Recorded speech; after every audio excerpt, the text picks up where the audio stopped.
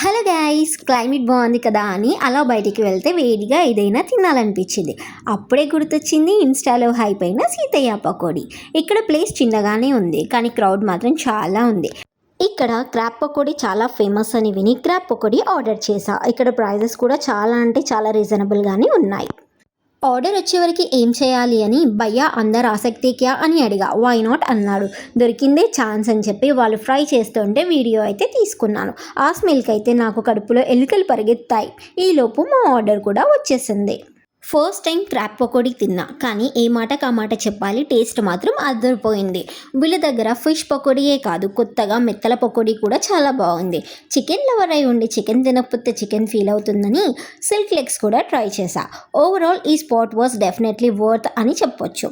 ఎంత మాట్లాడుతుంది కానీ లొకేషన్ మాత్రం చెప్పట్లేదు అని అనుకుంటున్నారా?